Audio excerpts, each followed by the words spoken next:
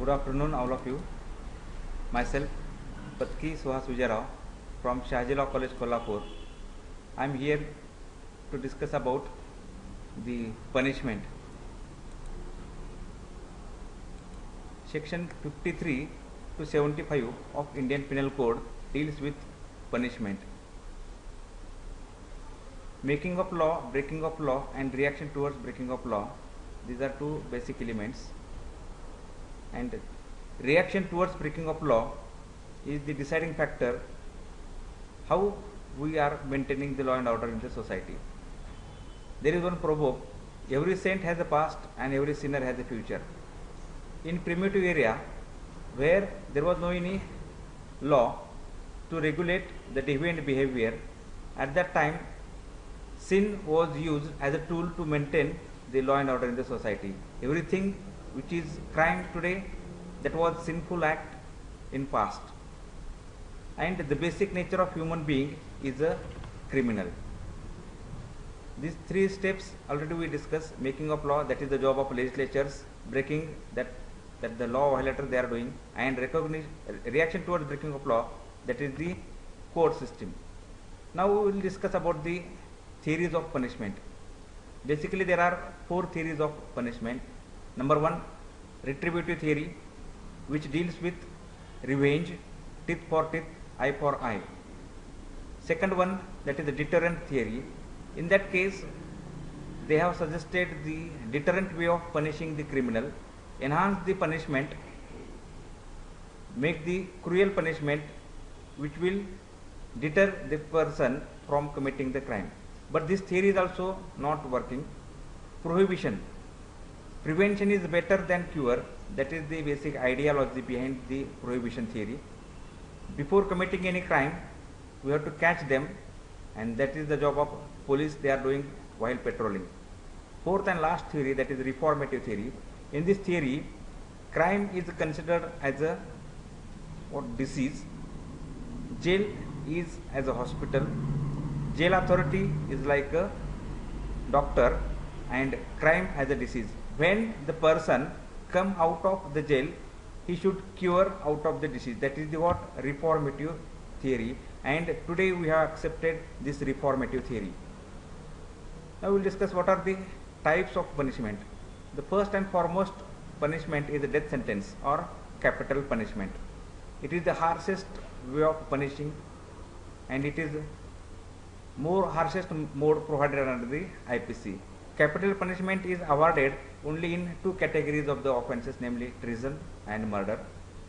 Judges have to make critical choice between two permissible alternatives. So when the nature of offence is committed by the person is a cruel, inhuman, brutal way, then generally the court they are passing capital punishment. There are various modes of executing capital punishment, that is strangulation, using injection, poisonous injection, gas, electric chair. Out of these ways, strangulation is the less painful way of executing the capital punishment, as it is accepted. At worldwide, majority nations they have abolished the death sentence or capital punishment, as it is inhuman way of treating the criminal. Looking towards the Indian scenario, we prefer to retain the capital punishment as the crime rate is increasing day by day. Under section 366, death sentence passed by the Sessions Court, it should be confirmed by the High Court. Unless there is confirmation by High Court, we cannot execute the death sentence passed by the Sessions Court, as it is held in Jagmohan versus State of UP, which was declared death sentence as the constitutionally valid. The constitutional validity of the death sentence was challenged in that case.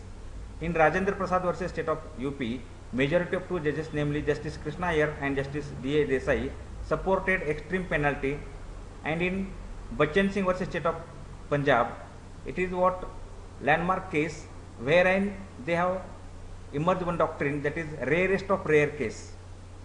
When there is the rarest of rare case, then only we can pass the death sentence. Then how would you decide that what would be the rarest of rare case, or when it is a rarest of rare case, it depends upon the nature of crime, it depends upon the way of committing crime, weapon use, and what the person did with the dead body. On that we will decide whether it is a rarest of rare case, whether it is a cruel way, inhuman way, brutal way, that we will decide either it comes under the rarest of rare case. And in rarest of rare case we are passing death sentence, and in other cases courts they are passing imprisonment for life. There are two alternatives available, and when passing life imprisonment is a rule and death sentence is an exception, and exception should exercise exceptionally. Second type of punishment, that is life imprisonment. In K.M. Nanavati versus State of Maharashtra, it is the famous case or landmark case where there is one movie also, and in that case the person who claimed the grave and sudden provocation, whether the act of the person comes within the purview of grave and sudden provocation, that was the basic defense in that case, and the court has rejected. And till from that case the court started what new era of life imprisonment. And life imprisonment, what is the meaning of life imprisonment? Either it is imprisonment throughout the life, or detaining the person for a particular year, either for 20 years or either for 14 years. How would we define the term? Again, it depends, that we have to read the decision or judgment of that case carefully. Where the capital punishment is passed as an alternative to the death sentence, then what is expected? The person should detain in prison throughout the life. That is what expected. And in other cases where the offence is punishable with life imprisonment, normally practice followed is we detain the person in prison for 14 years, and after completion of 14 years the jail authority, they have to submit report to the concerned government, and the government has to pass release order. Then only we are releasing the person from the prison. It is the second kind of imprisonment. Third one, imprisonment. Again it divides into two categories, simple imprisonment and rigorous. In rigorous imprisonment, the hard work is assigned as a part and parcel of punishment. Another kind of imprisonment, that is simple imprisonment, where no hard work is assigned.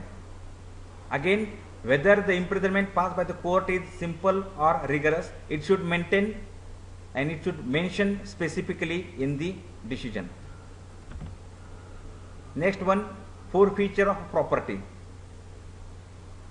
It is what restricted way of punishing.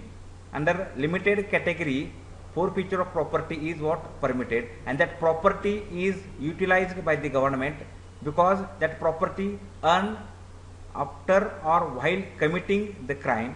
Hence that property is being attached, because a person while exercising his powers, by abusing his powers, if he earned the property, then that property is generally forfeited for the government cause.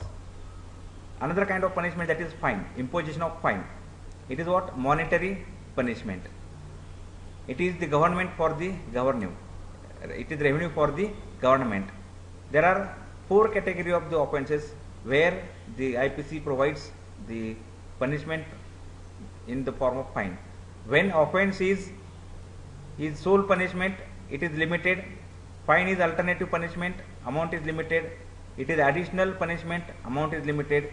It is both an imperative punishment and amount is unlimited. If the fine is not paid, again there will be imprisonment. Where the amount of fine is less than 50, then imprisonment is not exceeding 2 months. When the amount of fine is up to rupees 100, imprisonment is not more than 4 months. When the amount of fine is exceeding 100, then imprisonment not exceeding 6 months. Another way of punishment, that is solitary confinement. It is also inhuman way of punishing the person, where a person keep in dark cell. He don't know whether is it a day or is it a night. There is no public contact, and where the person is kept in a dark cell. As a human being, man is a what social animal, and where we are not allowing him to contact with other person, it is also rigorous way of punishing the person. Again, there are three parameters. When the imprisonment is less than 1 month, then it shall not exceed. If the imprisonment is not exceeding 6 months, then the day of solitary confinement is not more than 1 month. Where imprisonment is not less than more than 6 months and less than 1 year, then the duration of solitary confinement not exceeding 2 months. Where the imprisonment is more than 1 year, then the duration of solitary confinement not exceeding 3 months. And at once, there shall not be solitary confinement more than 14 days at once. Another way of or modern way of punishment, that is community service, where a person who has committed any crime, then we are allowing the person to serve the society, either by working for the society, either in the way of cleaning, either in the way of donation, either in the way of adopting any village. These are the modern techniques of punishment. There were another modes, that is banishment, whipping, stoning, and cadalot. Whipping, that is also inhuman way of punishing, which is banned nowadays. Stoning, it is also banned nowadays, and cadalot, these are also such kind of punishment. These punishments are also banned. So punishment, that is very important, because when a person commits crime, we have to punish the person, and the way of punishment, it will satisfy several causes. It will satisfy the law-abiding citizen that what we are doing, we are abiding the law. Yes, we are doing well. It will punish the criminal, and at the same time, it will give satisfaction to the victim, because what crime the person has committed, he punished by the law has taken appropriate action, and punishment is passed by the court. Then in the form of what they are doing, they are doing justice, and punishment is what very important aspect. Thank you.